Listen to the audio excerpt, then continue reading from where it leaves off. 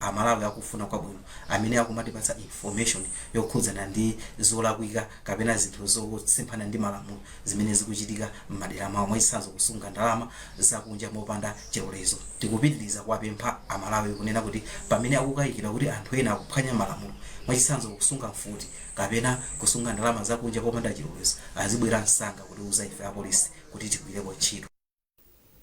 Maiko a Malawi ndi Mozambique ati alimbikitsa mgwirizano wawo pofuna kuthandizira ntchito ya Southern African Trade and Connectivity Project SATCP yomwe cholinga chake ndikukhazikitsa zipangizo zothandizira kuti maiko awiriwa azitha kupanga ntchito za malonda limodzi mosavuta. Ntchitoyi imalandira thandizo la zachuma kuchokera ku banki ya pa dziko lonse ndipo ndi ya zaka zisanu ndi chimodzi koma kwatsala zaka zitatu kuti ithe. Simeon Boyce ali ndi zambiri mu ripoti. Yemwe amalankhula za ndondomeko ya SATCP kuno ku Malawi, Joab Frank Chakaza ndi yemwe walankhula izi mu mzinda wa Blantyre pa mapeto a ulendo wa masiku asanu wa nthumwi zomwe zikutsogolera ndondomeko ya SATCP mdziko la Mozambique. Achakaza ati nthumwi izi zinali mdziko muno kudzaona momwe dziko la Malawi likugwirira ntchito ya Last Mile Infrastructure Project yomwe ndi mbali imodzi ya ndondomeko ya SATCP.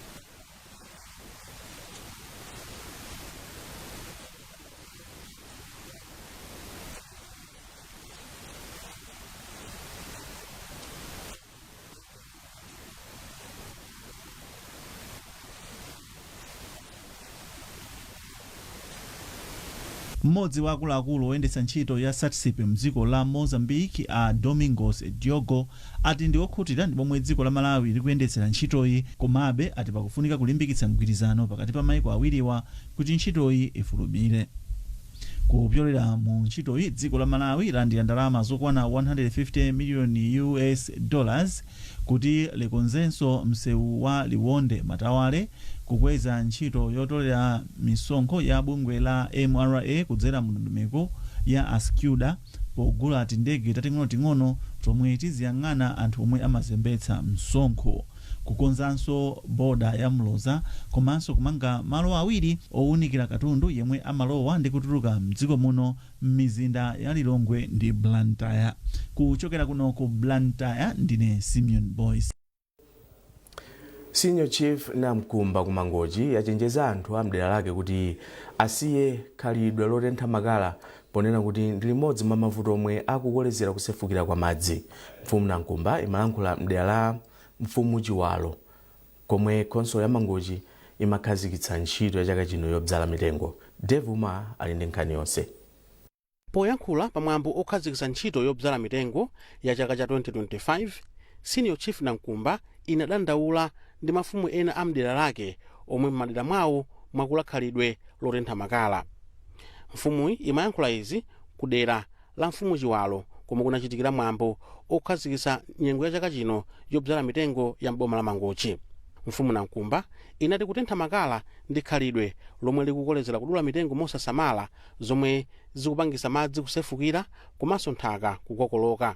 Mfumuyi yati mfumu iliyonse ya mdera lake yomwe isekerere ntchitidwe owononga mitengo idzalandira chilango malingana ndi malamulo omwe anakhazikitsa m'madera. Ndimauza fotokozera mafumu onse akuno komanso evidence akutiya wakuno kuti agwire ntchito, chifukwa pamene uli ndindo umakhala woyipa kwa anthu owononga. Pamene iweyo ndi boma la kumudzi ndiye unene kuchita zimene boma likutani likufuna. ndiye kawiri ukakhala mfumu umakonda kuti usakhale woyipa kwa anthu mwina kumango kwayang'anira kumapanga zinthu zoononga komanso kuli kuononga derano.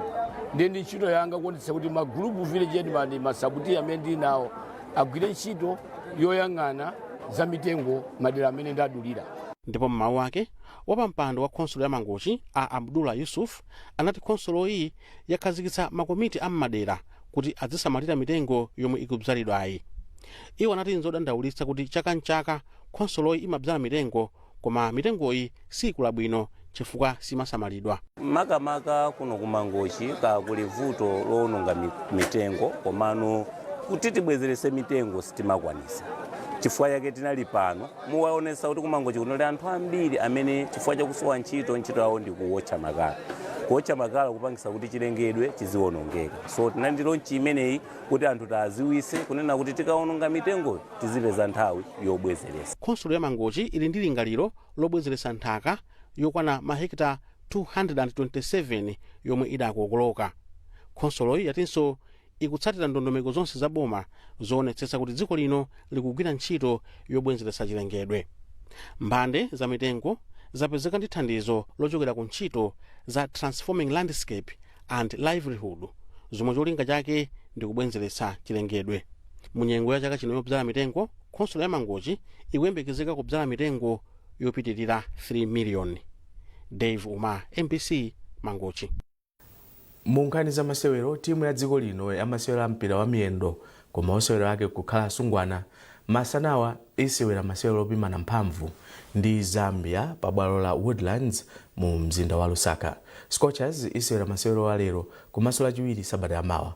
Osewera ena odalirika omwe ali mu timuyi ndi Tabitha ndi Temwa Chawinga, Rose Kadzere komanso Leticia Chinyamula mwa ena. Zambia ikuyembekezeka kudalira kwambiri osewera ngati Barbara Banda ndi Rachel Kundananji. Ndi nkhani imeneyi tafika pa mtsiriziro pa nkhani zathu mmawa uno, koma tisanasiyane tiyeni tionenso mitu yake. President wa dziko lino Dr. Lazarus Chakwera wati achinyamata ali ndi udindo waukulu pa chitukuko cha dziko lino. Dziko la Japan latsindika kuti lipitiriza kudzipereka pothandiza pa ntchito za chitukuko mdziko muno maka kumbali ya ulimi wa mpunga. Ndipo apolisi ku Lilongwe apeza ndi kulanda ndalama zakunja forex ndi kumanga nzika ya ku Philippines ndi ya ku China.